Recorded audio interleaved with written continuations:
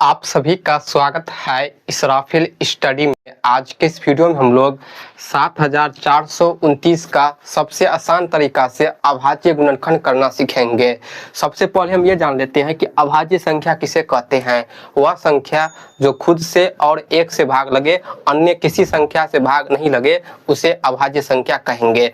अभाज्य संख्या 2, 3, 5, 7, 11, 13, 17, 19, 23 इसी प्रकार बढ़ते हुए चली जाती है।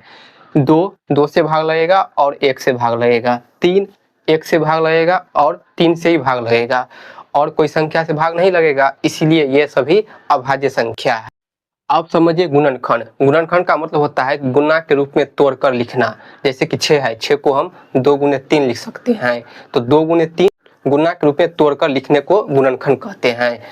तो यहाँ पर सवाल है 7429, इसका अभाज्य गुणनखंड करेंगे तो इसमें हम अभाज्य संख्या से भाग लगाएंगे। इस संख्या में 2, 3, 5, 7, 11 और 13 किसी से भाग नहीं लगेगा। ये भाग लगेगा 17, 19 और 23 से। तो पहली अभाज्य संख्या 17 से ये भाग लगेगा। तो यहाँ पर हम संख्या लिख लेते हैं, संख्या 17 से इसमें भाग लगाएंगे। यहाँ पर 74 है, 17 के पहाड़ा में 74 नहीं आता है, इससे कम लेंगे। 7 एकान 70, 7 दूना 34, 7 तिया 51, 7 चौके 68, 7 पंचे 85। 5 बार में 85 हो रहा है तो 4 बार में लगाएंगे। 17 चौके 68, तो लिखेंगे यहाँ पर 4 बार में कितना आ रहा है 68, और यहाँ पर 74 है तो हम 74 में से 68 को घटाएंगे। 74 में से 68 घटाएंगे तो इसका मान आएगा 6। तो यहाँ पर 6 हासिल होगा और ये 2 है तो ये हो जाएगा 62।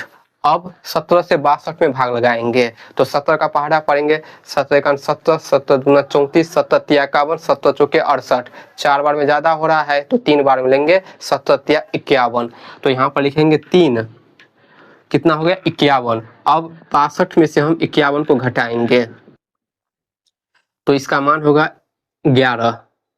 11 जो है हासिल आया है और ये 9 है। 11 हासिल है और ये 9, कितना हो जाएगा 119। 119 17 के पहाड़ा में आता है, कितनी बार में आता है 7 बार में। 17 सत्ते 19 होता है तो यहाँ पर हम लिखेंगे 7। 17 सत्ते 119।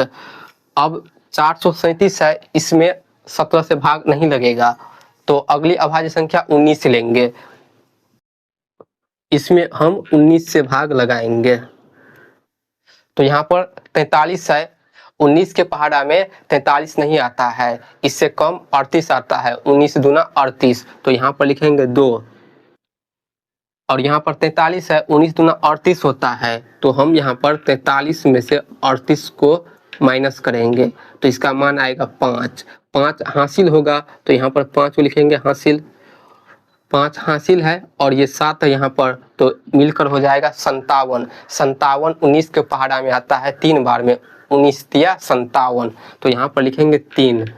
19 तिया 57। अब देखिए यहाँ पर 23 है। 23 जो है अभाज्य संख्या है तो हम यहाँ पर डायरेक्ट 23 से यहाँ पर भाग दे सकते हैं।